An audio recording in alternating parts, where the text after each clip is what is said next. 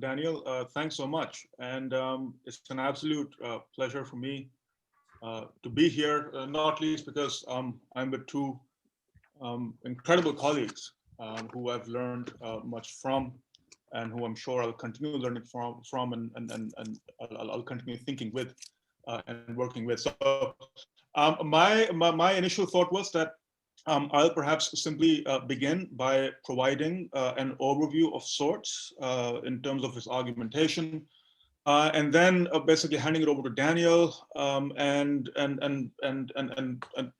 who will be followed by Mariam, and then we can have a conversation around some of the provocations that Dr. Khan raises in her book.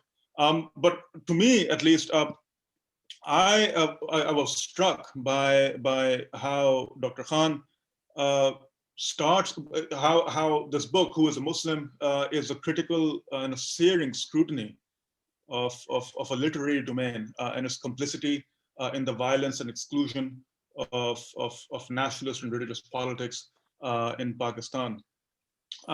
Well, I mean, the present is in that sense the focus on investigation, but it truly is an ambitious study that begins in the 18th century, which looks at a diversity of forms, which looks at the Orientalist underpinnings of what comes to be classified as Urdu literature.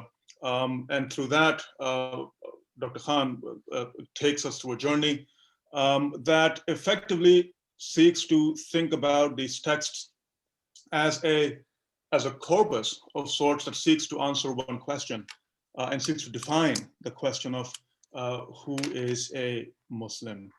But to me, and I'll just say this off the bat, to me, it is a very important reminder. And I think as a historian, sometimes we don't take that as seriously. And I'm speaking very much here as an outsider of sorts who is not that familiar with comparative literature. I'm in conversation today with two comparativists.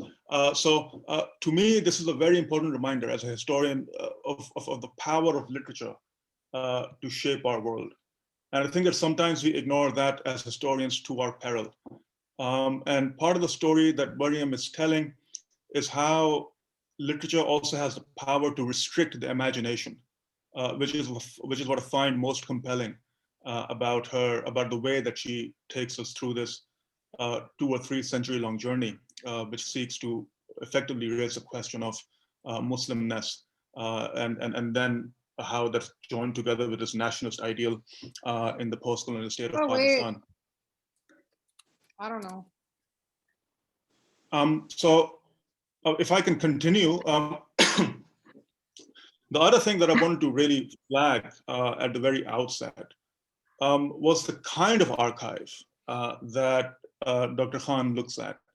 And to me, that again, speaking as a historian who has some kind of a vague familiarity with literary studies, with literary histories of the subcontinent, I am struck, deeply struck, by how Dr. Khan really inverts that question of what constitutes the canon, and how those figures who are otherwise considered to be lowbrow or figures who write what is otherwise dismissed as popular fiction or populist fiction, are actually the real story over here.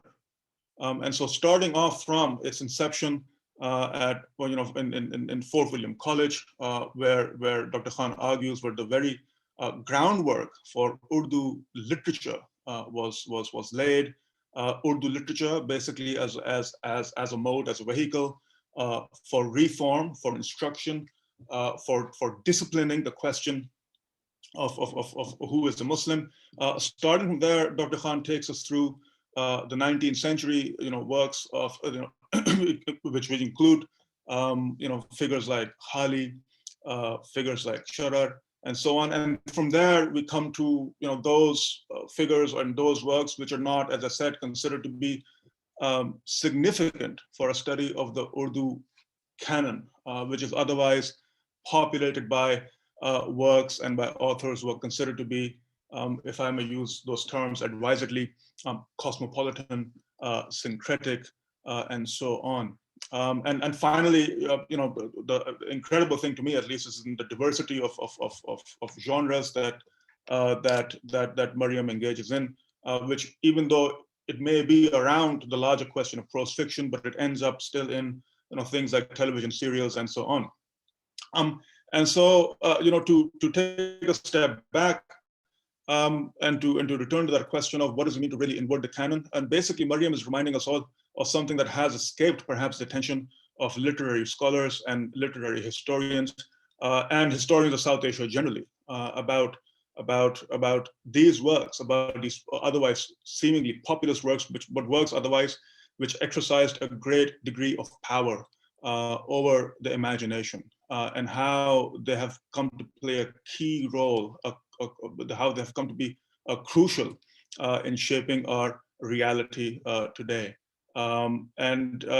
Effectively, if I were to kind of sum up my kind of take from this, that what I learned most was through how Dr. Khan radically reconsiders the Urdu canon and moves away from otherwise the celebratory, perhaps, depiction of what constitutes Urdu literature and the study of Urdu literature.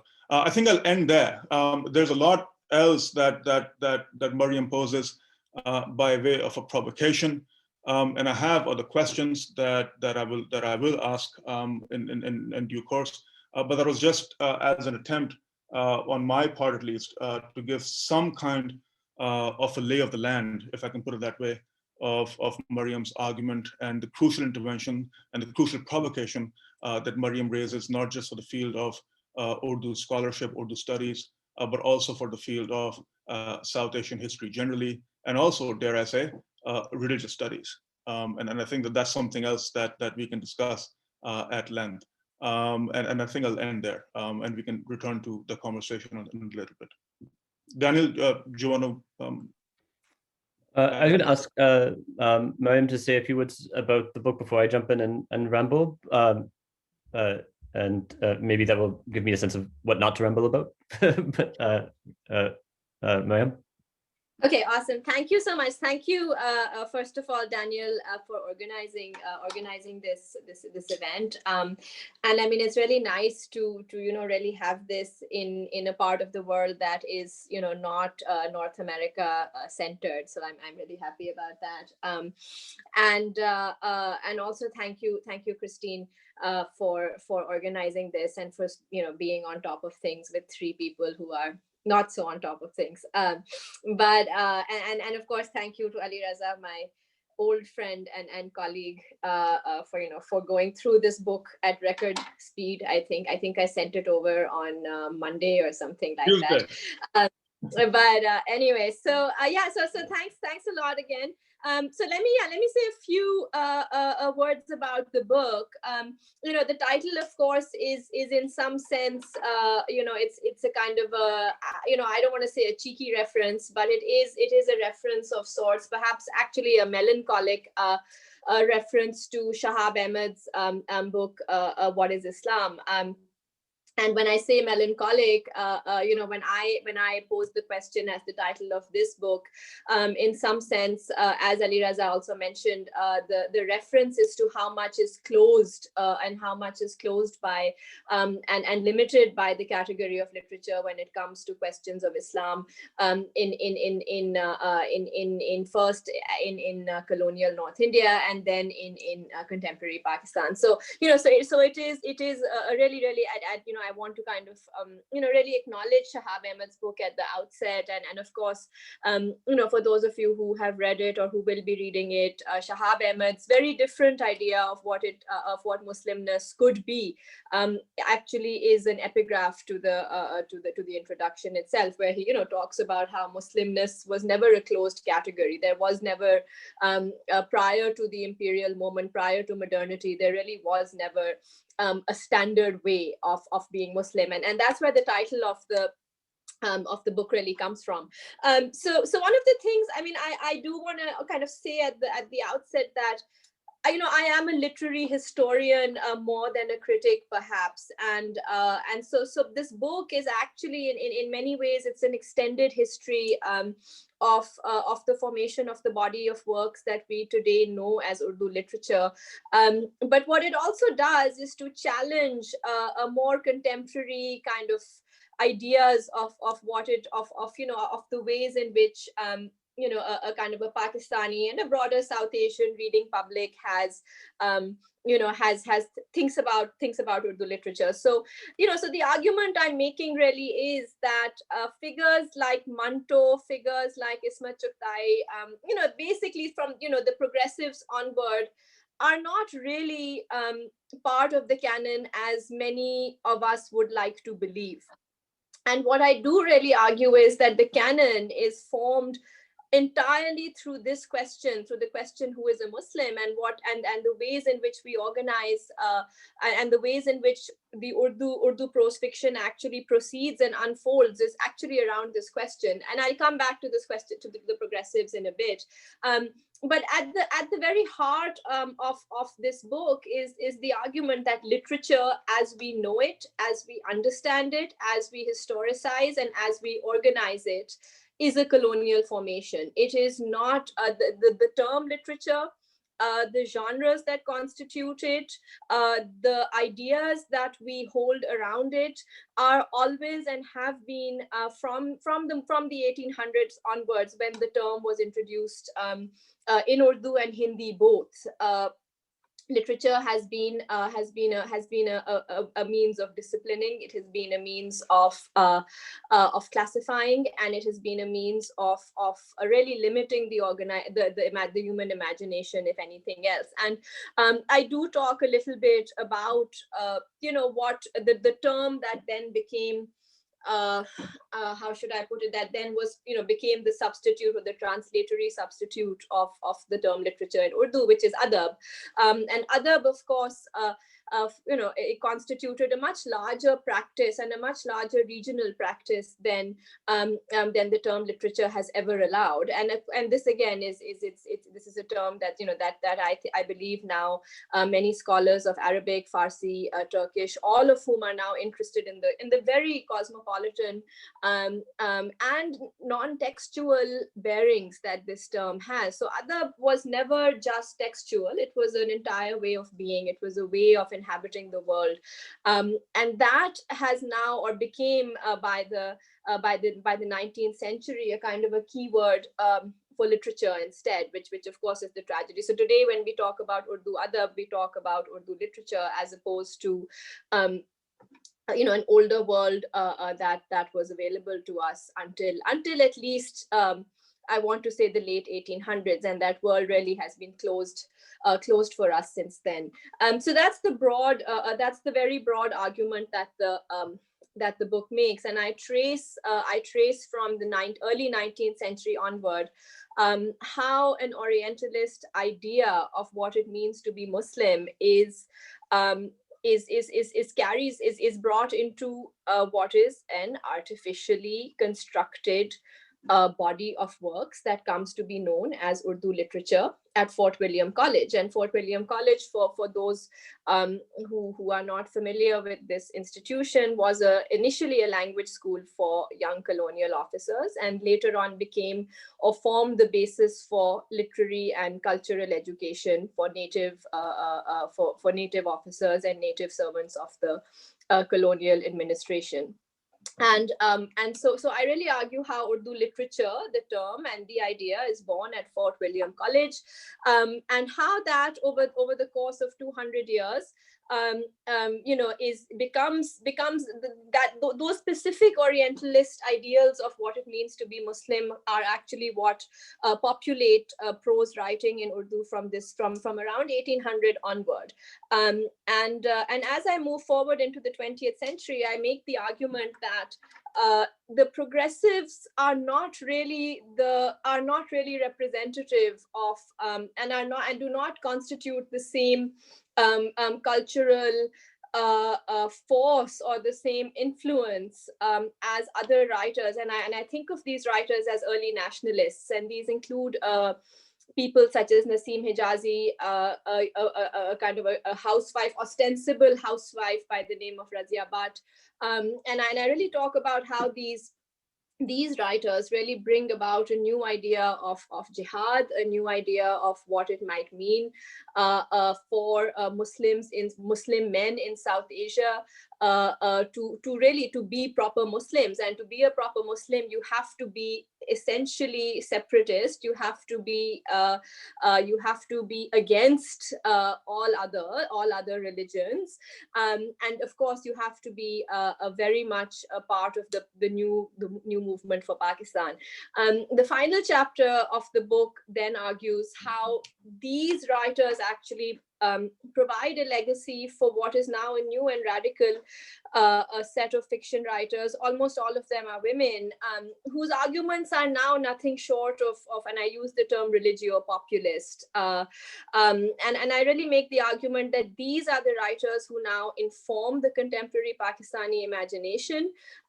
These writers, of course, have a very, and they have a very kind of a standard a populist, and again in Pakistan it's always religio-populist agenda, which is that there is only one way of being Muslim, which is of course a Sunni Orthodox. In fact, perhaps I should say Wahhabi, because the whole idea is now a kind of a really purist Islam that is that has to be traced back to its origins in Makkah. Many of these books are actively anti-minority, so figures such as Christians, Ahmadi, the Ahmadi sect in Pakistan, all of these are actively vilified. Sometimes terrorism or acts of terrorism against these minorities are supported, celebrated in these novels.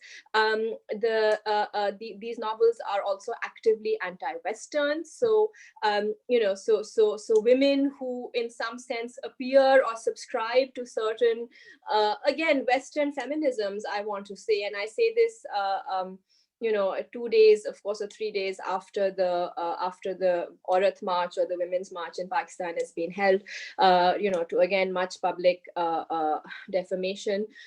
So women who demand certain rights are, of course, or have certain practices are going to be the villains, or are going to meet a terrible end, or of course have to be reformed into good Muslims. So this is kind of the lay of this what I call this religio-populist fictional domain, and I make the argument that this really is now the core of or is the legacy that has been planted into the idea of Urdu literature 200 years or now I think 300 years ago, and that's really so. I really end on a note where I argue that the idea or the body of works that we call Urdu literature is very much well, let me backtrack a little bit. One of the arguments actually that I make about Urdu literature is that our histories, or the ways in which we have traditionally talked about Urdu literature, has been to follow certain Western ideas, or to think about literature as somehow this very progressive body of works, right? And so when we have written histories of Urdu literature, the argument we make is, okay, we first we had romances or the dastan. After that, we had we ascended to an Urdu novel. From the Urdu novel, we went to modernism, and that's where the progressives suddenly get a lot of press in from writers of from again people who are writing the history of Urdu literature, particularly in the North American Academy, I want to add. And from there on, we talk about other movements, including postmodernism, etc. And so the vein that we work in is exactly the same vein that something like English literature likes to categorize itself in. So, now we have, in a sense, we too try to argue for diversity and inclusion and liberalism and progression in Urdu literature, when the truth is, and again, that the progressive vein of thinking, or even the leftist vein, for that matter, of thinking in Urdu literature is terribly minor. And so even people, even a writer like Saadat Hasan Manto, who's otherwise celebrated in, again, I want to say, certain circles of a Pakistani reading public, is broadly vilified in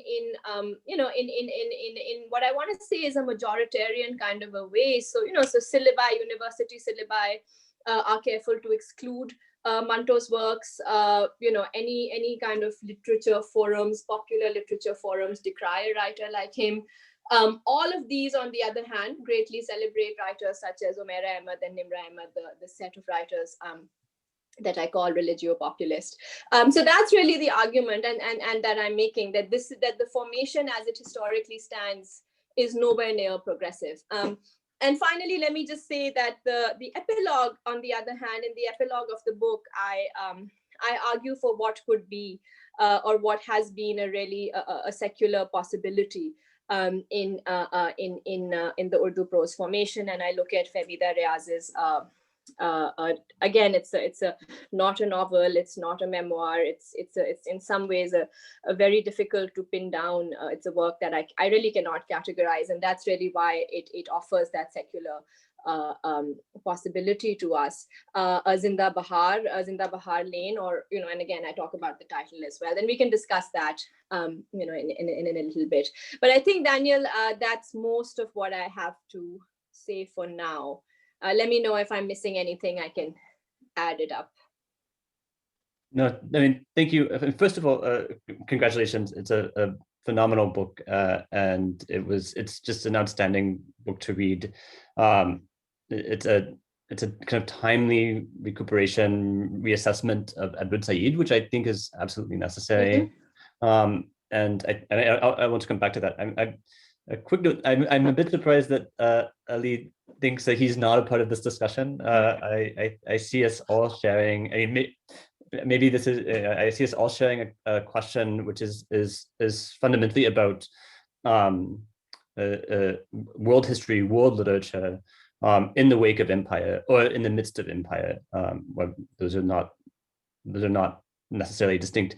The kind of utopian drives that revolutionaries, the anti-colonial revolutionaries have, the kind of internal theories of texts which have been deemed not to possess either political theory or literary merit or aesthetic merit or any of these things. So I think the conversation that is, I see Ali as a fundamental part of this ongoing conversation, which I think is absolutely necessary to have at this point. And Ali's book is very much thinking these questions as well. And I think I'm glad you're here. I have it was a pleasure to read this book. I have a lot of bias, I have to admit. I think there are a lot of resonances between the book that I have happened to have written and this book, and in ways that I think are not simply just agreements, but actually quite serious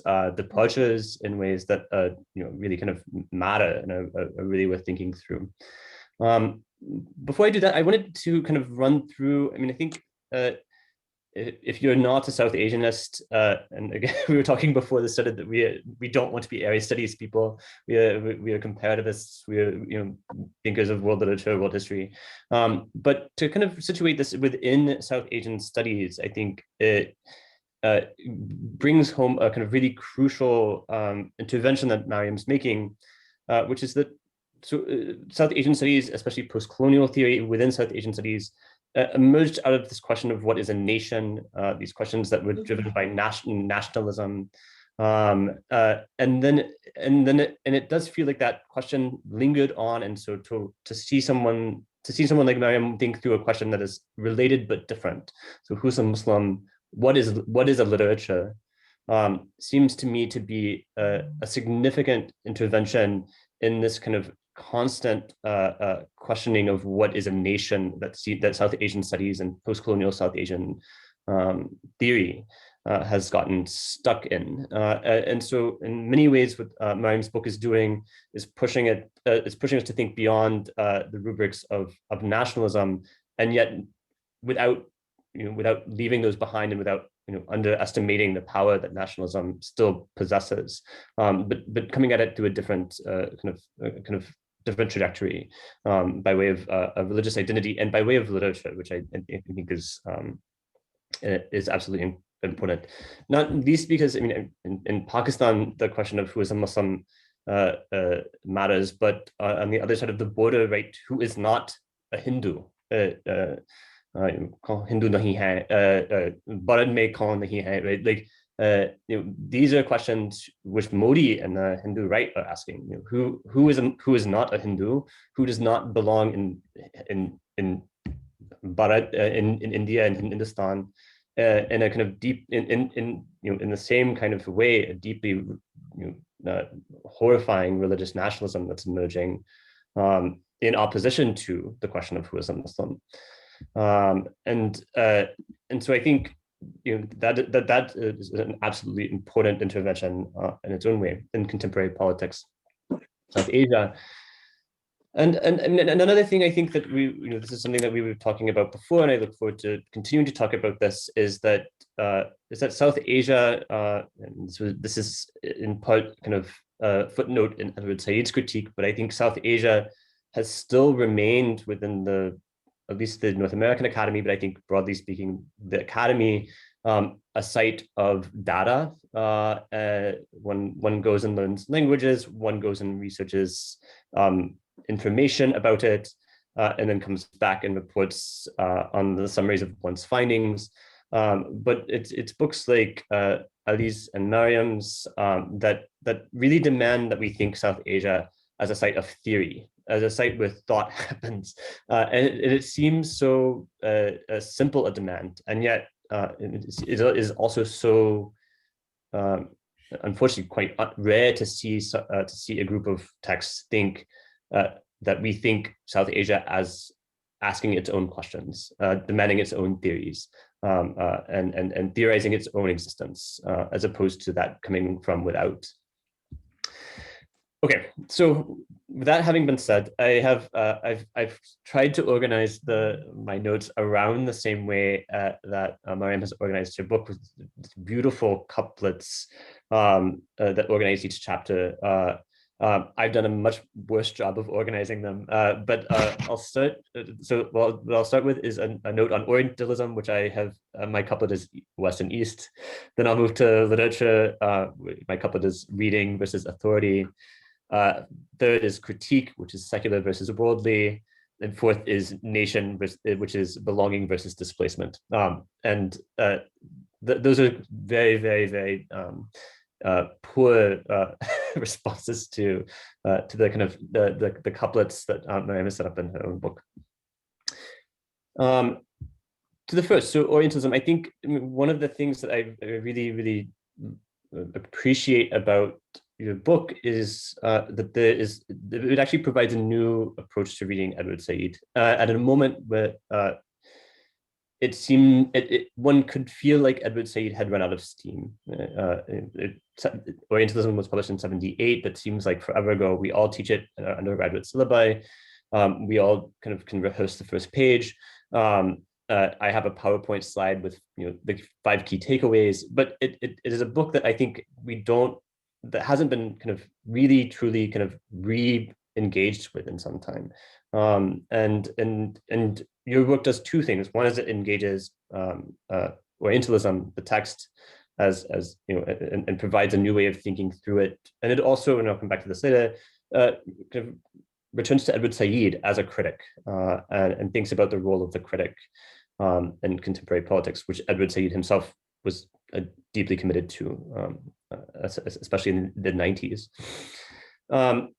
So I mean, there's a couple of ways of reading Said totally incorrectly. We'll skip over those. The kind of way that I tend to teach Said is that there is no, this is the kind of semi-Srinivas Aramudin, but not quite argument, that there is no Orient, that it's only the West's frantic and kind of desperate attempt to construct itself.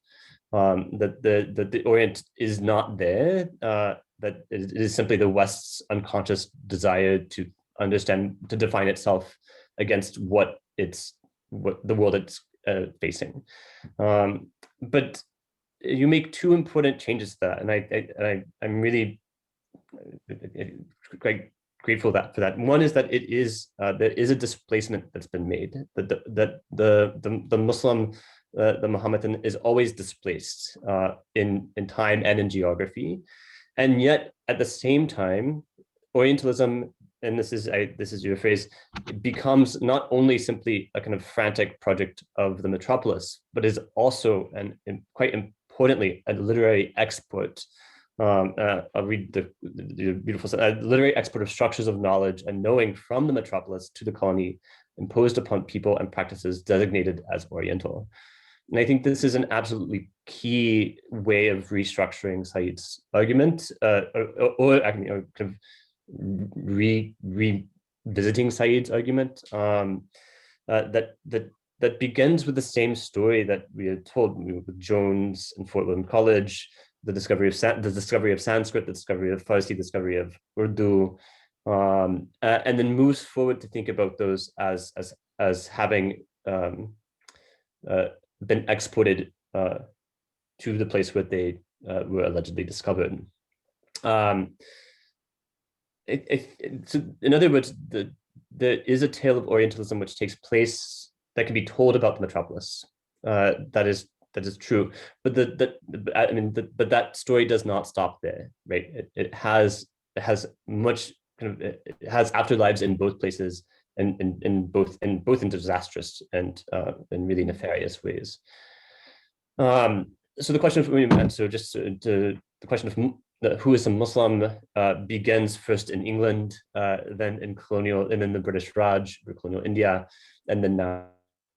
And the question of who is a Muslim has a different trajectory in a similar Orientalist vein when one thinks about the trajectory of the US war on terrorism and that definition of who is a Muslim, the Samuel Barber and Ian Huntington style kind of theorists.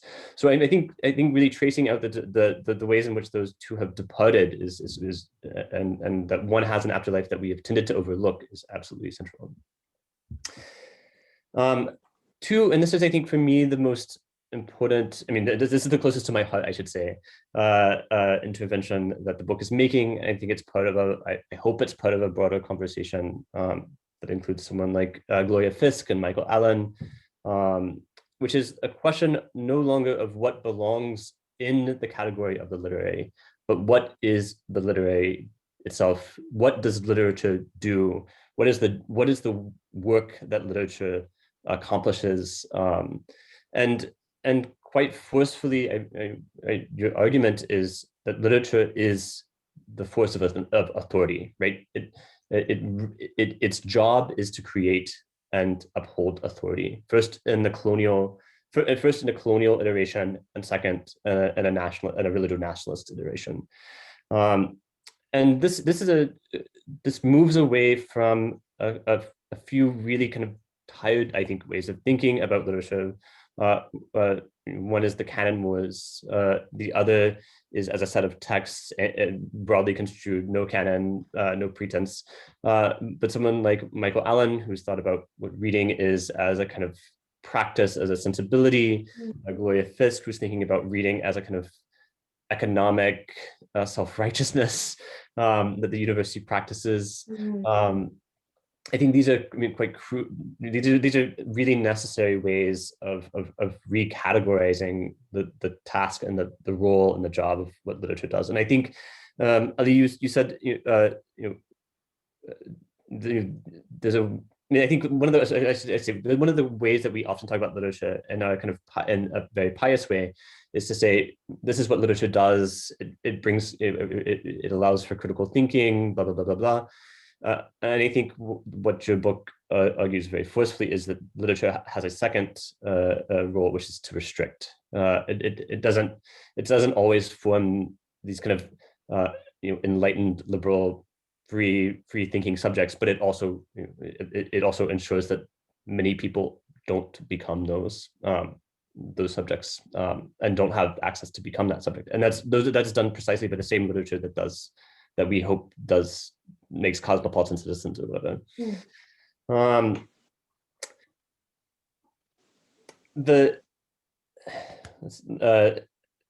I mean, I also wanted to think of, I mean, this is a question for you. I mean, I would like to hear you say a little bit more about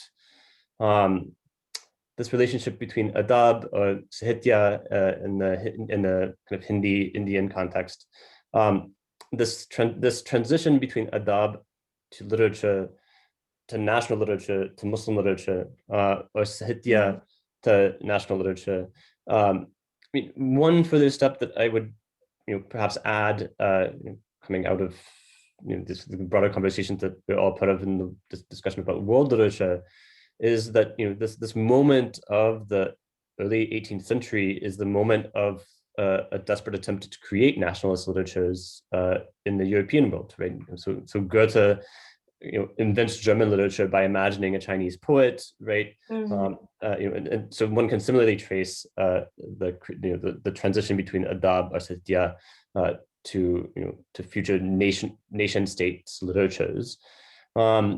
And the step beyond that is not simply, I mean, one kind of result of that is, of course, right, the erasure of adab as a cultural practice that extends beyond reading text off page, or sahitya similarly. But the category of world literature has relied, even as it claims to disavow it, on national literatures as the thing that it is always in opposition to, always overcomes, in some ways, nevertheless always relies on national literature and whatever kind of formation that emerged from beginning in the 18th century as well. And in any of these cases, I think, I mean, again, to return to the kind of foundational problem that you pose, it's the domain of the literary which asserts authority in all cases, right? By asserting exclusion and by determining inclusion. And here's my kind of chip on the shoulder kind of way of framing your book, and I hope that this doesn't do it a disservice, but I mean, the kind of standard post-colonial studies academic monograph has tended to say something like, and then this is something I actually deeply appreciate about the structure of your book, is that the kind of standard academic monograph has an introduction that says, literature is a colonial construct, down with English departments, imperialism is bad, and then proceeds to read 3 novels that everyone has agreed upon that are good and are properly literary. So even some really brilliant recent work has done this. I'm going to make up a monograph because I don't want to name names, but so literature, imperialism is bad, literature is a project of colonialism. Let's read Salman Rushdie, who the Booker Prize still determines the realm of what can be read.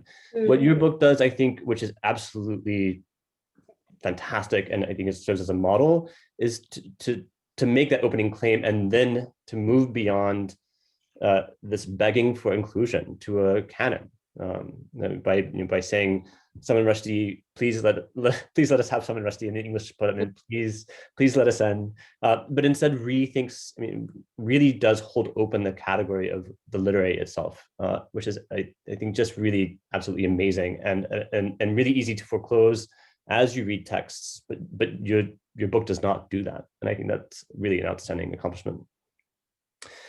I'll run through the last quickly because I want to give us time to discuss and have time for question and answer, and I'm rambling on, but it's a question for you. I mean, I think maybe it's a question for all of us, and a question, or at least for everyone that should be thinking right now, is the role of the critic. I mean, you address this in your introduction.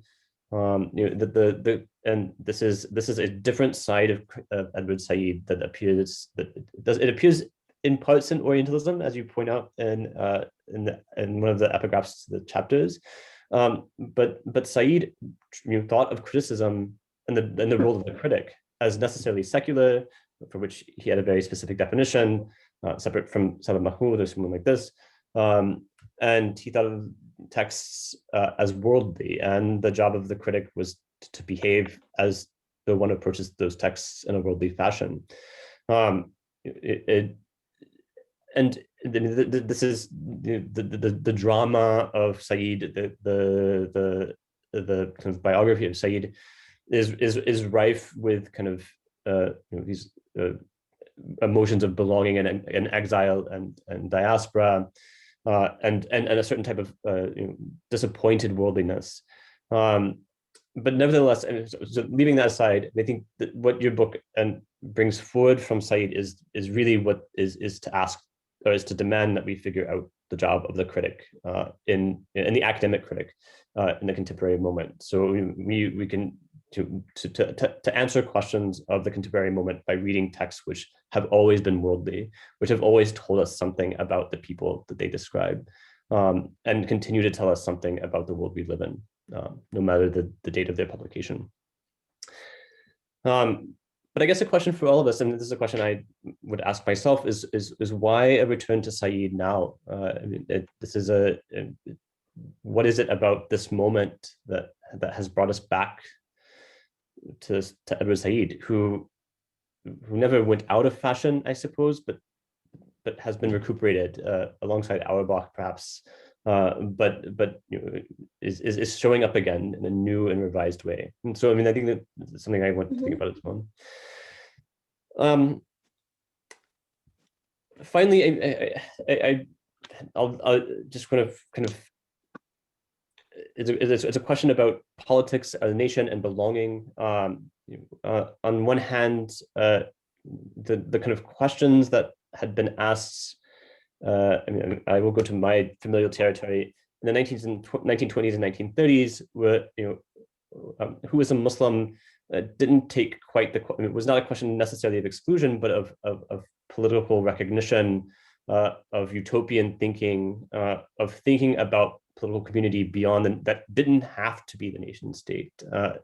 This seems to me to have been a kind of motivating factor for something like the Muslim League in the 20s and 30s, who had this kind of utopian vision for what a Muslim political community could be without being a nation, and that somehow the details haven't been quite worked out, and unfortunately the Westphalian state reigned, but there was a possibility that there could be a nation of Muslims within the nation of India that would safeguard and protect Muslims from horrific violence, and yet not be reduced to the tragedy of the nation state, which has its borders and has its necessary exclusions, and then increasingly has exclusions within that render certain Muslims not Muslim, and so on and so on.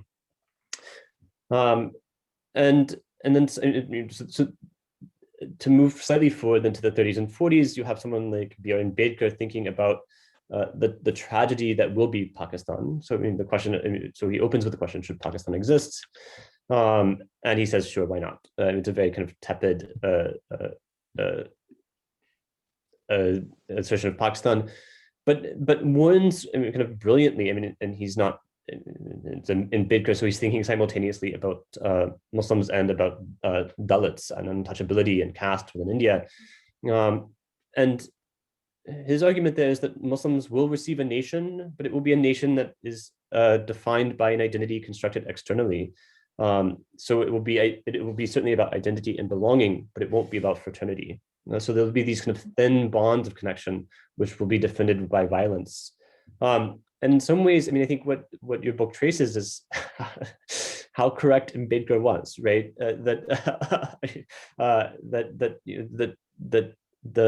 idea of Pakistan, the idea that a Muslim nation might exist, but only on the basis of an externally constructed identity, seems to be, was a warning in 1943 for 1947 or 71 now, and so this moment of kind of anti-colonial utopianism seems to have predicted in many ways the tragedy of the post-colonial world that we live in now. And finally, and then I will be quiet. I was really, really struck by this turn in your epilogue towards Hum Safar, Hum Log. This notion, I think there's a lot of thinkers are thinking about, Candace Cho, Annika Tawari, this concept of we, the first person plural, hum log, which can be simultaneously invitational. I announced, we comrades to who will listen, blah blah blah. And also, I mean, as you point out, humlog can turn quite quickly insular and exclusive, and so it operates.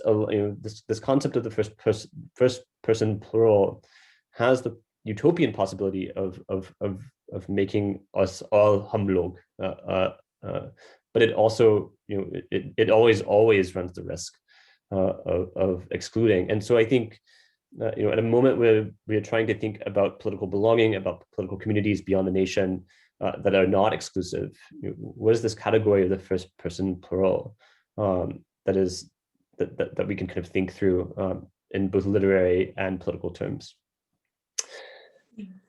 I will stop there. Thank you once again for such a fantastic book. It really was a pleasure to read.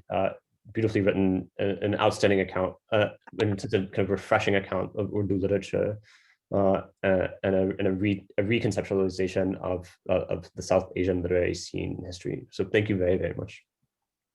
All right, thanks so much, Daniel. That was a whole new set of questions, I think, that you've opened up, and thank you for this very generous reading. But okay, let me actually start, and I think this is something, because there's so many strands running through the book, but the core, one of the questions, your first and I think third last kind of set of questions, which is about Said, really, right? And I do want to take a second to talk a little bit about Said, because really Orientalism, there are two works of Said that are central to this book. One, of course, is Orientalism, and the second is his essay Secular Criticism, both of which I teach frequently. But for me, Orientalism remains a book whose meaning actually changes with time, and again, it's a perennial kind of a work. So but I do understand where what you're talking about, when you say that Said is a kind of a standard thing, we have to tell kids what Orientalism is. Kids, everybody just has to know their 5 keywords about Orientalism, and that's it. But for me, and again, Said's this very little paragraph, and I'm not going to take credit for it, but this is a paragraph that Amir Mufti, has brought a lot of attention to in his own essay, Orientalism and the Invention of World Literatures, which is really the Said's kind of very brief, introduction of the I, right? The I in his work, who am I? What has Orientalism done to me?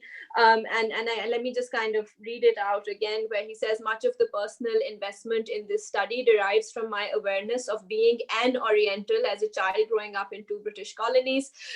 All of my education in those colonies and in the United States has been Western, and yet that deep early awareness has persisted. In many ways, my study of Orientalism has been an attempt to inventory the traces upon me, the Oriental subject, of the culture whose domination has been so powerful a factor in the life of all Orientals. I think the difference, right? And again, let me also start off by saying that Said, I really want to say that, Said and I had, in some ways, a very strangely similar undergraduate experience, and that's of course at Princeton, where you are raised as a child, right, as a child of the Western humanities, and the only celebration, even today, I want to say, I think things are a little bit better than when I started as a freshman in 2008, and obviously Said, I don't even want to think about what things were like back then. But I think this is very important, right? This whole notion of being raised and of course of your undergraduate education really being in the whole Western ideal of what it may mean to be human, and I think that is, for me, that was it, and I think that so actually this I in Orientalism is very important to me, and again, I remain somebody who likes Said. Again, also, I'm not kind of going to deny this, but is a great lover of the Western humanities as well. Who is greatly moved, continues to be moved, right, by texts as canonical as the Homeric epics or Dante. So let me kind of say this up front. But I think that the when I kind of read that whole moment about the traces of that Orientalism left on me, the traces really were, Said, of course, ended up spending his whole life in North America and in New York. But for me, really, the question was, what are the traces where I am? And so there were multiple crises informing this book, including of course the fact that I was back in the colony, or what is now the post-colony, that my teaching career had to unfold in the post-colony, and these are important questions, and of course all kinds of questions of belonging are kind of, and again, let me kind of again on a personal note say, I was teaching a lot of alongside teaching Said, I also teach courses on the Western canon, on and what kinds of questions this kind of teaching today in a country like Pakistan very seriously affected by, or in a serious kind of a, where post-colonial English or post-colonial, the whole notion of literature remains very much affected by how it's, by this kind of aping of the Western humanities. So this is important, and so these were all important questions for me. And so the eye that Said offers in Orientalism is incredibly redemptive, right? And it's an eye that actually, if read properly, allows for all kinds of traces. Again, the traces of Orientalism. And I think one of the things I say in the introduction is that they are legion. They are not just in the West, right? These traces actually exist and really persist in the colony itself, and that is where we need to really kind of begin our work, and they exist in the vernacular. So so as you were saying, Daniel, it's not about Salman Rushdie actually. In my kind of, Salman Rushdie is really very much part of what I want to say is the English canon, right? He's very much part of the diversity and the let's include people of color in the English canon. He's very much part of a British endeavor to let me kind of echo Prince Harry, and Prince William, who just said we are not a racist family, but it's very much part of the English endeavor to say we are not racists. But what happens in the vernacular, what happens in the post-colony is really what was of interest to me. And so that's where Said becomes essential, and the two things Said offers, right? One is a way of reading, or this kind of this hint he gives us as to what are the traces of Orientalism, right? That was the critical question for me. What are the traces of Orientalism? And the ways in which I sketched out, or the ways in which I understood, and this is kind of now I'll really go into this notion of the close reading, was what I call the Mohammed and Chronotrope, right? That is the single idea that I said, okay, this is the Orientalist a configuration that persists and that has transformed over 200 years in Urdu, first in English, and then of course in the body of works that we call Urdu literature. And again, so the Mohammed and Chronotrope, for those who have not read the book, is something that I examine very closely in a 18th century popular and literary form in English that is known as the Oriental Tale, and the most kind of visible formation or the most visible work from this genre is the Arabian Nights, of course, which was published in England in 1707. And what I look at there is this notion that Muslims are essentially always non-national beings. They appear in works such as the Arabian Nights as as sultans or as the illegal occupants of other empires, but they have no home of their own. And in a sense, so what I argue is that when I call it, and of course they're known as Mohammedans, they are not known as Muslims. So the Mohammed and Chronotrope, as I call it, is really argues that Muslims do not have an originary home, and they do not have a real time either. And when I say real time, I mean that they are that Islam is seen as a kind of a false formation that appears on top of on top of what are ethnic or racial or a kind of originary ways of being. So Arab is somebody who is Arab has a national space and time, whereas a Muslim is a kind of a false formation, both geographically and chronologically, atop the notion of being Arab.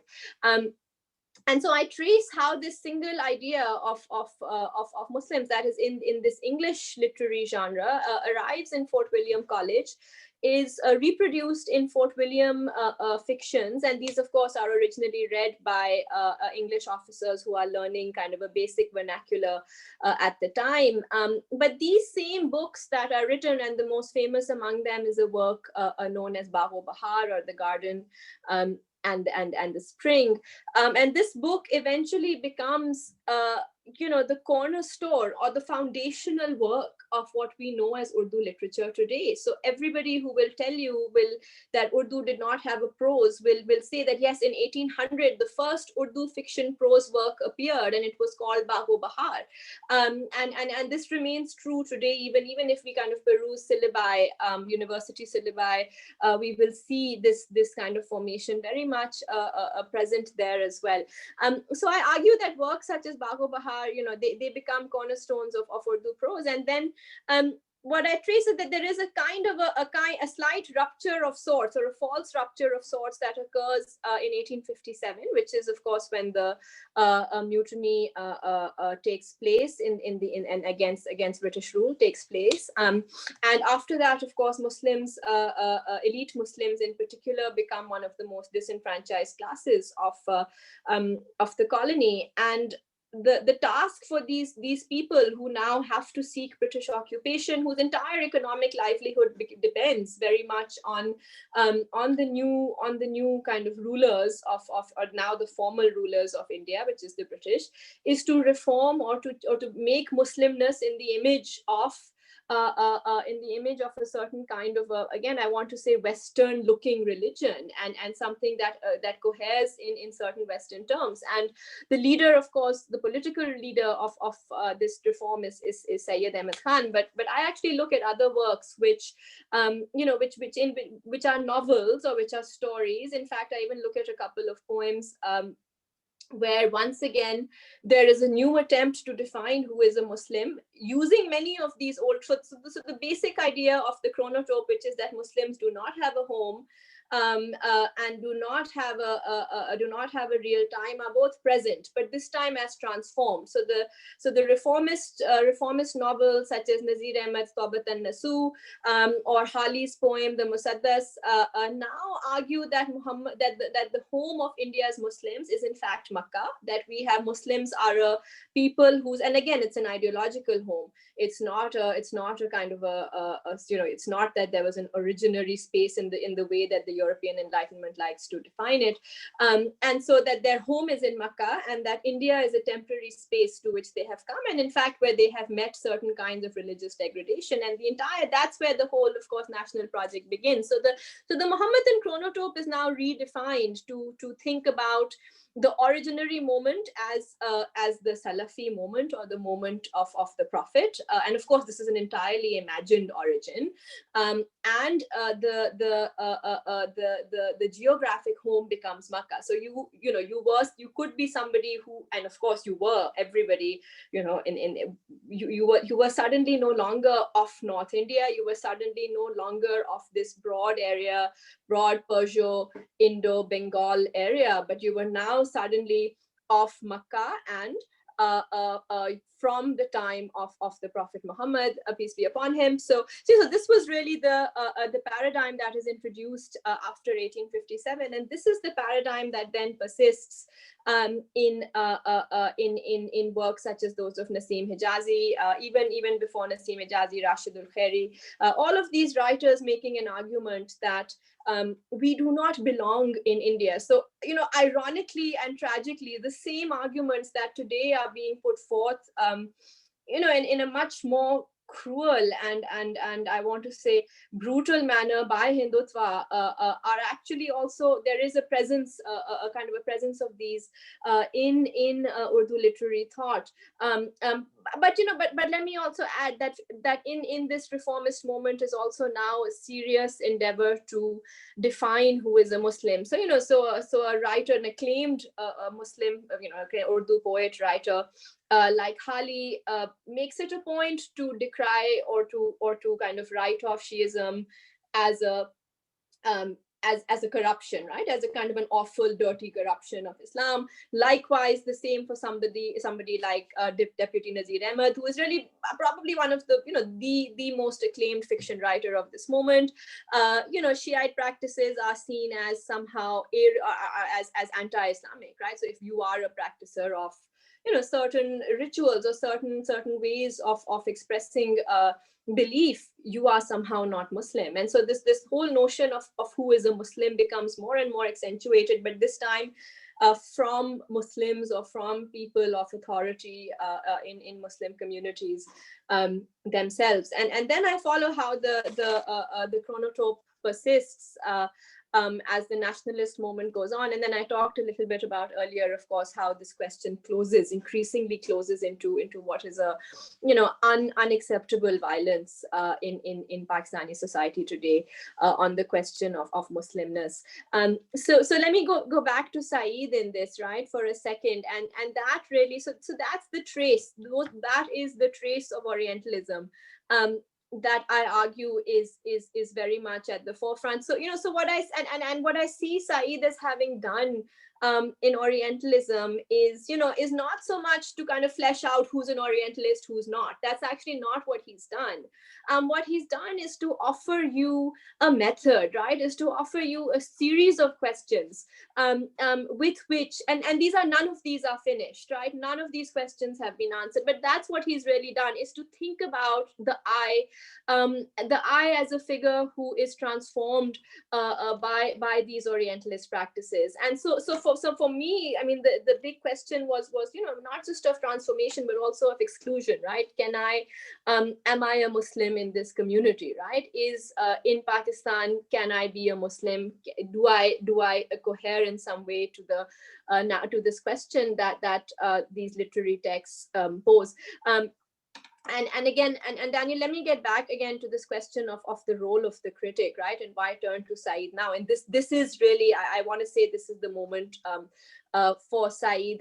And I'll add one more thing about Saeed, which is incredibly important, which is that Saeed, he will read differently at different levels, and so Saeed is remains the most accessible, right? And this access is incredibly important in my mind, right? I mean, we, so I want to be able to produce work, or to be able to make an argument that is accessible, but that is also, that also is able to kind of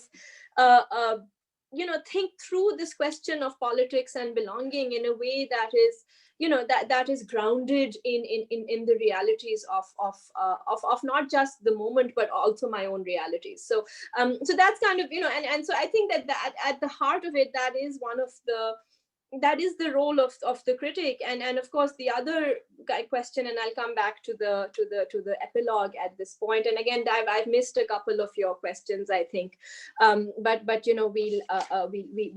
can try to think about those. But that is, and this is, and I'll now just touch upon Saeed's notion of the secular, which is important. And I think that, again, that's another notion that's been misread repeatedly misread. Again, somebody like Gila Nijar, even Talala sir, there's been a very serious attempt to cast Saeed as anti-religious or as anti-Christian, and I think, and then this is very much present in I had to read a lot of this stuff when I was revising the manuscript. None of it ended up in the manuscript at the end, but it was a kind of a deliberate misreading, I felt. And I think that the best kind of explication of this really is that Saeed did not hate religion. In fact, what Saeed saw as the secular was that the law of God lives alongside the laws or the ways of men and women, right? The world, he argued, was made up of men and women, and the laws of God had to cohere to that world. So the world, so the divine had to exist in this world, and not the other. This world did not have to exist in accordance with the divine, but rather the divine had to cohere with the world of men and women, and that is where Fehmida Riaz, whose epilogue, whose book Hum Log, the trilogy is called Hum Log, and the book I discuss is called Zinda Bahar Lane, it becomes so important, because what Fehmida Riaz offers us is, and again, I can now talk about this whole notion of the literary as well. What Fehmida Riaz offers us is a way of writing, but also a way of reading that does not allow for categorization, and that really is at the heart of also the Orientalist project, and that's where Fehmida Riaz is able to, through a book like this, actively just kind of peg away at all of these modes of thinking. So, when you read Zinda Bahar, your first question is this a novel? Is this a memoir? It is neither, right? Is this a prose work? Is it not? Which language is this in, right? And one of the things that Fehmida keeps doing in this work is to also kind of include snippets and bits of other languages. There are three identities at play there. One is herself, one is a woman she is looking at, one is Fehmida Riaz, the poet. And of course she goes into moments of Sanskrit, she goes into moments of Punjabi, she goes into moments of Farsi, and in a sense what she does is to offer us a world that is not in Urdu only, right? Or she offers us a way of being Muslim in which the azan can be said with a Bangla accent, and she laughs, and she's also able to laugh at this, and that is, that was an incredible moment of Muslimness for me, right? Where you can hear the azan, appreciate it, recognize it as a Muslim, and yet have a moment of irreverence for the accent in which it is being recited. And of course, she acknowledges her own Pakistani bias in this moment. So I can talk a little at length about this work, but I think I'll stop here for now, because I know, Daniel, you typed in about questions as well.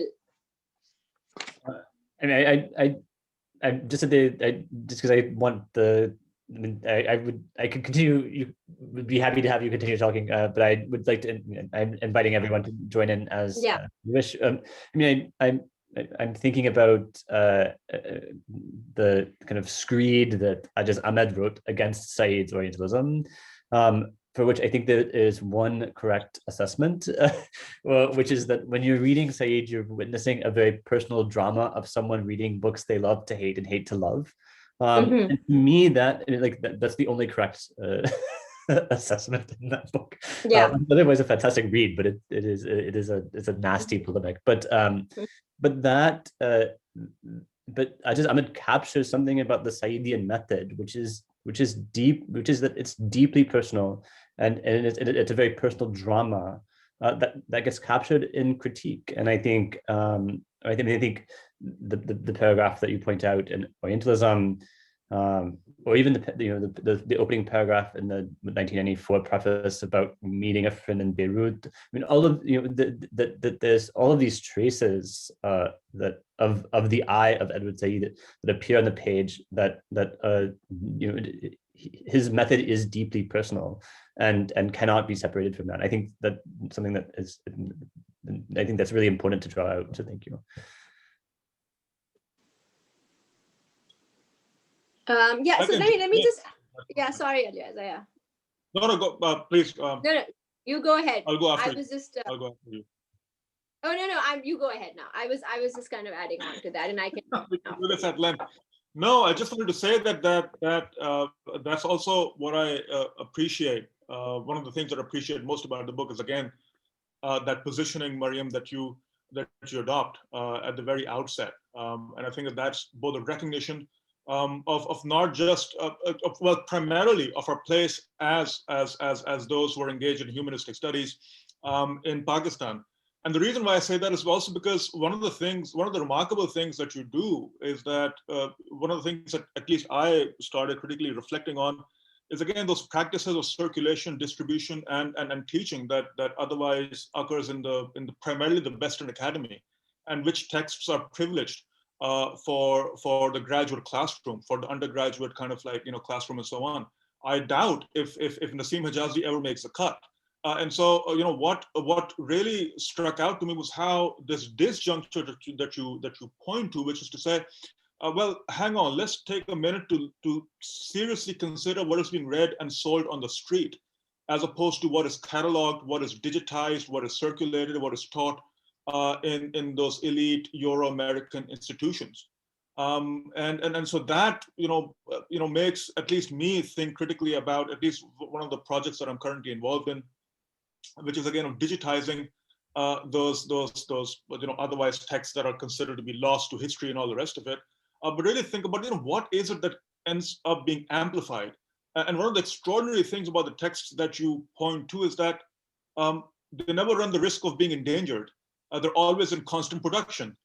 You can still find those 19th century texts, being sold at your local bookstore that, again, treat the questions of reform and to think about the question of who is Muslim in very restrictive ways. And what we end up as academics emphasizing, perhaps through a nostalgic vein, are precisely those texts that may have belonged to some progressive writer of old, and we tend to digitize them, and then we end up teaching them in our classrooms, and thereby further deepening that disconnect.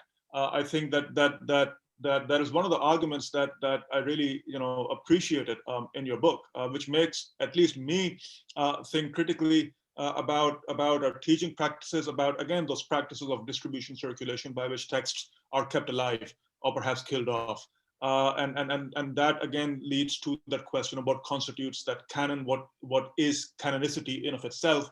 And those are, very important questions for us to consider. So sorry, that was a bit of a tangent of sorts, but no, let me add to that, right?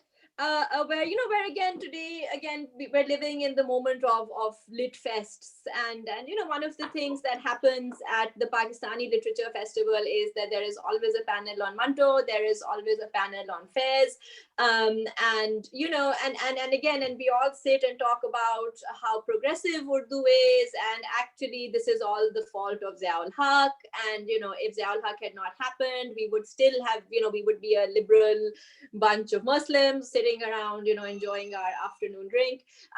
But the truth is, and this is something I've really stated unequivocally, that Ziaul Haq, sure, he got a good decade of Islamization, but that everything was laid out for him. And he really just had to kind of deploy everything that was available, and was able to kind of amplify the moment in a nice way. So I mean, and again, there is a part of me that would love for Manto to be everywhere, but the truth is not. The truth is somebody, the progressives, with all of their their interest in subaltern figures, remain the minority, and they remain a kind of a very there is no place on the table for them, and let's be honest, they have no place in Pakistan, or at least in the Pakistan that we inhabit, and while again it's a liberal elite that is able to read and enjoy, and again, when I say elite, I don't mean necessarily capital wise elite, but I mean it's a minority who enjoys a certain kind of a luxury of being able to read and appreciate and think about the progressives, or even kind of the small minority that has followed them even today, as representative of thought or of ideas in the Urdu, or even canonical. So that's really, and I think that this is important, that our teaching practices actually change. And again, Ali Raza, in your book as well, I remember that there's a moment where you're talking about and I can I should know the exact reference, but I believe this is in your 4th chapter, where you're talking about the whole imaginary, the decolonial Muslim imaginary as heading towards Turkmenistan and this area. And I remember kind of mentioning to you that this is Naseem Hijazi's decolonial idea as well, right? And so it's so the whole decolonial and Naseem Hijazi, unfortunately or fortunately, is, even as he is a kind of a a writer who has developed in the colonial mold, has seriously decolonial ideas as well, where he too imagines his mujahids as extending out of India or out of Iraq all the way to Turkmenistan and converting people and creating a kind of a huge Muslim, not even empire, but it's just a huge Muslim society that, and it isn't an empire, I want to say at that point. So these are writers who, huh? No, I was just sorry, I couldn't help but remark out loud that that's something that comes up very forcefully, in your treatment of Hijazi, and again, it's a very important reminder. It's a crucial reminder for all of us, especially as I start thinking about my second project. The crucial reminder is that let's all take seriously perhaps the unpalatable and the frightful nature of anti-colonialism itself. What comes to what is informed by Enlightenment humanism, and which comes around to respond to it in the guise of anti-colonial struggle and so on, is also often actually a very frightening phenomena. And Naseem Hijazi in some ways exemplifies that. I think that as scholars of decolonization and anti-colonial struggle, we are guilty, myself included, of perhaps having that romanticized notion of what anti-colonialism as a project held out, not just for liberation of the colony, but also for the reinvention of humanity at large. And I think this is the other side of the coin, as it were. And the extraordinary thing about your work is again, it takes that nightmare of decolonization seriously, and it urges a reassessment again of what anti-colonial struggle both promised and rather did not really promise by way of that glorious revolution and that glorious freedom that at least I have written about, perhaps with an overly romanticized kind of way. So yeah, there was just, sorry, I couldn't help but remark out loud about that connection that you point to. I mean, I, as someone who is also guilty of romanticizing anti-colonialism, I appreciate also that it's not simply the kind of promises that anti-colonialism failed to deliver, but actually the kind of horrific promises that they actually did deliver. I mean, it's precisely what you're identifying here, is that the promises made by a certain type of anti-colonialism were completely fulfilled.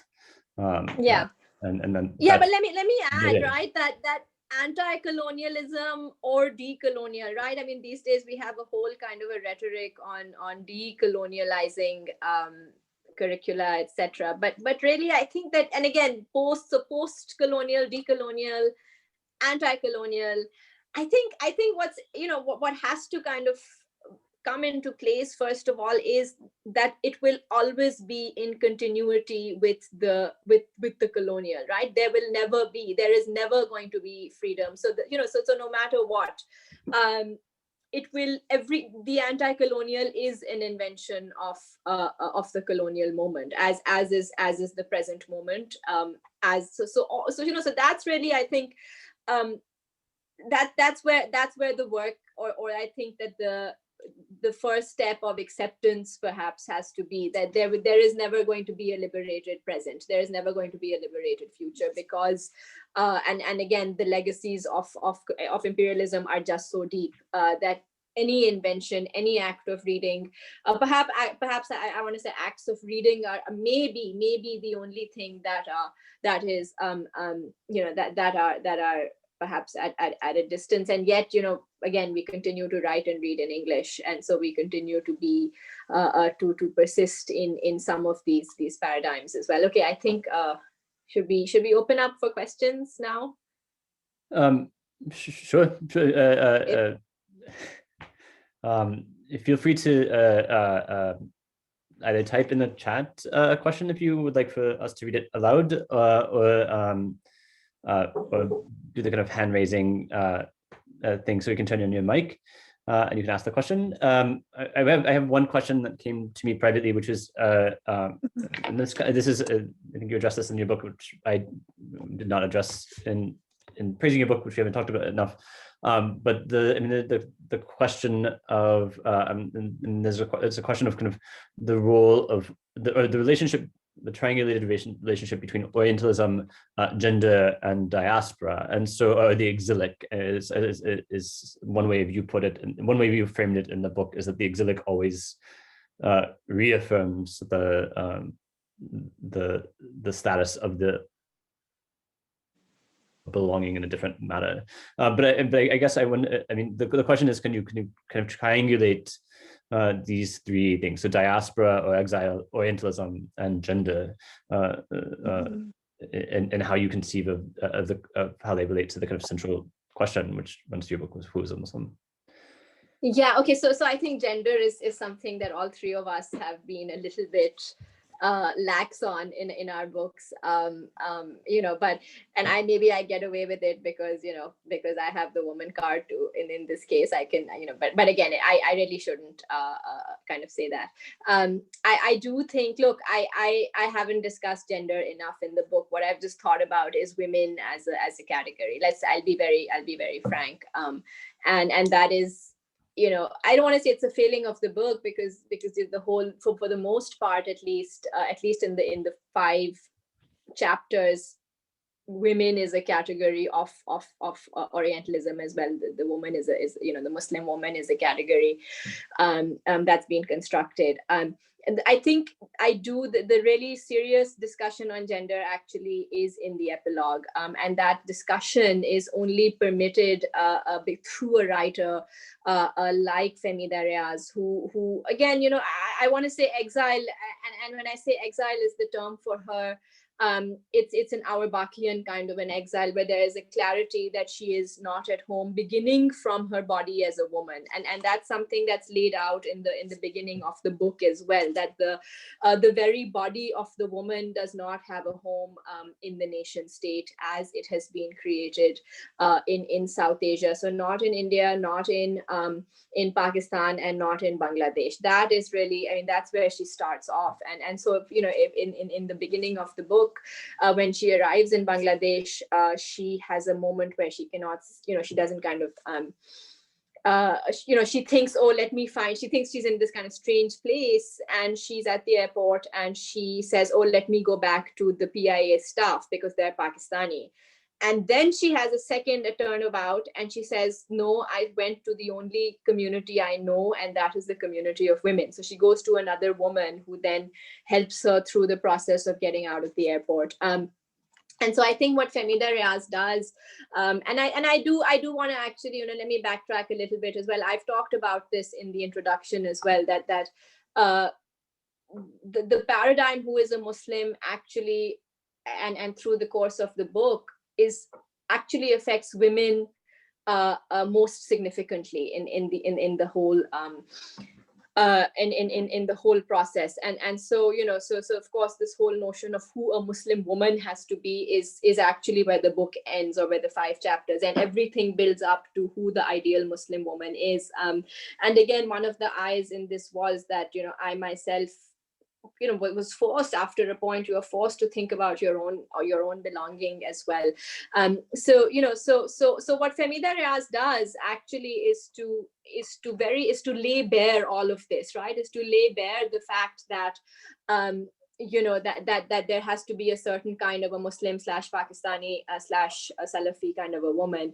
What she does instead is to bring the category into the body, not just in her. She does this most obviously in her poetry, but in the book as well. So the book starts off with the very first affiliation, to use Said's own word, that Femi Darias makes, is to affiliate with women, and that's what she does. So she traverses kind of Pakistani, she traverses Muslim, and she goes to that community. And I want to say that in the rest of the book, in the other 5 chapters of the book, what happens is the opposite, right? That communities of women are actually separated or are actually destroyed by the question of who is a Muslim. So one of, chapter 3, 4, and 5 actually all talk about how, communities of women are disrupted, women are shown as suicide. Women who are not fitting into the who is a Muslim category or into the certain Salafi Muslim categories end up suicidal. They end up married horribly. Their children end up slapping them or whatever, and that's what happens to these groups, right? So actually, Daniel, that was I should have thought a little bit more about this, but yeah, this actually I do want to say that this book is very much about gender as well, and it really is about how how this whole question of Muslimness defines and limits to no extent and what it means to be a woman in a country like Pakistan, and what is acceptable, what kind of belief you are allowed to have, and what kinds of practices starting from the body onward that you are allowed to have as a woman, and body, belief, relationships, community, all of these, of course, and these come together in chapter 5, where again, and that's where the most serious critique of Sabah Mahmood lies. And again, I know this is a provocative and a sensitive area, but and then again, I can talk about this if I don't think we have time, but anyway, but I think, yeah, so Daniel, I think actually if we go to the epilogue, I think that your question about exile, gender, and sorry, what was the last category? The question is Orientalism, gender, and diaspora exile. Yeah, exactly. So actually, I think what Fehmida Riaz does, at least, is to bring it all together into the body of the woman. And again, and then of course she keeps exploring these categories through her own political activity, through her own exile, physical exile as well. And again, and I think what becomes very obvious in this is that she's able to trace or able to offer us an example of what exile can look like, or what a critical exile looks like. I think that's really where I'll stop, because I know we may be out of time and stuff as well now.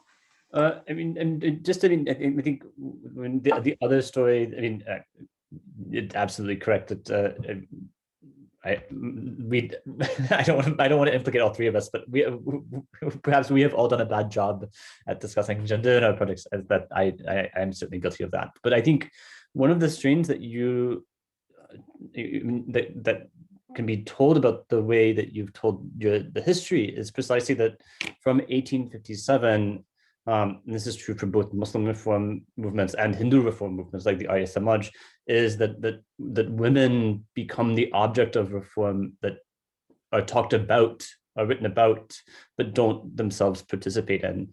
And so the nation forms on the body of the woman, but the woman never has a text to contribute.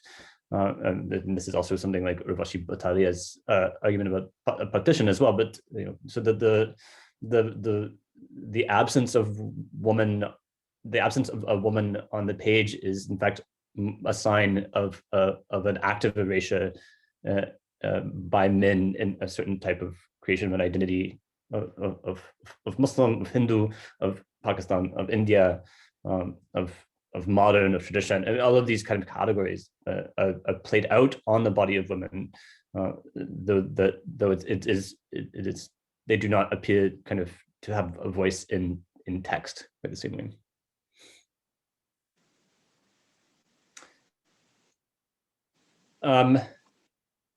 I don't want to stop. I could keep talking, but it is various times in various parts of the world. Perhaps some people need to go eat, so some people need to go to sleep. If you are able to, I would encourage you to join us next week. Unless I'm going to get my notes out for the time zone differences. So we will be back continuing the conversation in a different mode, focusing a bit more on Ali Reza and my books. That will take place at, it's hosted by LUMS. It takes place at 10 a.m. Pacific Standard Time in the US, 1 p.m. Eastern Standard Time, 11 p.m. In Pakistan. on the 18th, and 2 a.m. if you are brave in Hong Kong on the 19th and wish to stay awake and have us chat for a little bit longer. But Daniel, let me send a link to that in the chat box perfect. for Yes, everybody please. before we close, so that we can, we have this much at least. So okay, copy. Okay. No, Nenka, it will not be 12 noon Hong Kong time. It will be no, it'll be some horrendous time in Hong Kong. Okay, so guys, we'll be, oh shit, I directly message Nenka. Wait, let me message everybody. Sorry, friends. Okay. Okay, so we'll be streaming the event on via Facebook, and we will. This is the formal name of the session, and we will also be joined by Amir Mufti from UCLA, which is why we have the horrendous time thing going on. Really, it's just crazy, but. So I put everything in the chat for people who would like to join us next week. We'll be focusing on Ali Raza and Daniel's books in particular, both of which are really about the decolonial moment in India, and both coming from completely different places, but both incredible reads. I read them one after the other, so I'm all kinds of excited about this. And Amir Mufti will also be a discussant. So so those of you who can join, it'll be really exciting for all of us. Mariam, I want to thank you again. It was thank you for an outstanding book, and thank you for the conversation. I just received a direct message also in addition to continuing the conversation this week. This conversation, Michael Allen, actually, who is also a secret member, part of this discussion, is giving a talk at HKU, and I can pull up the details really fast. I should say that he's giving a talk called "World Pictures, Global Visions," and I will paste all of this information in the chat as well. Thank you, Christine. Yeah. If you if you wish to, so the conversation is a bit. It's actually my secret scheme to keep hanging out with friends and have some really brilliant people talk to me. So this conversation will continue. Michael Allen will join next week as well. Amir Mufti will join us. So I hope you can make it if the time zones work out for you. But again, sorry. Thank you, Mariam, so much for an absolute. Thanks, Daniel. No, this was great. Thank you so much. Thank you. Thanks, Ali Raza. Yes. Thank you, Ali Raza, for joining us despite your very, very busy schedule. Ali Raza is like the busiest person I know these days. Congratulations. And thank you, Christine. Thank you for organizing and postering and whatnot for us. All right. Thanks, guys. Thank you, everyone, for showing up. See you. Okay. Bye. Bye.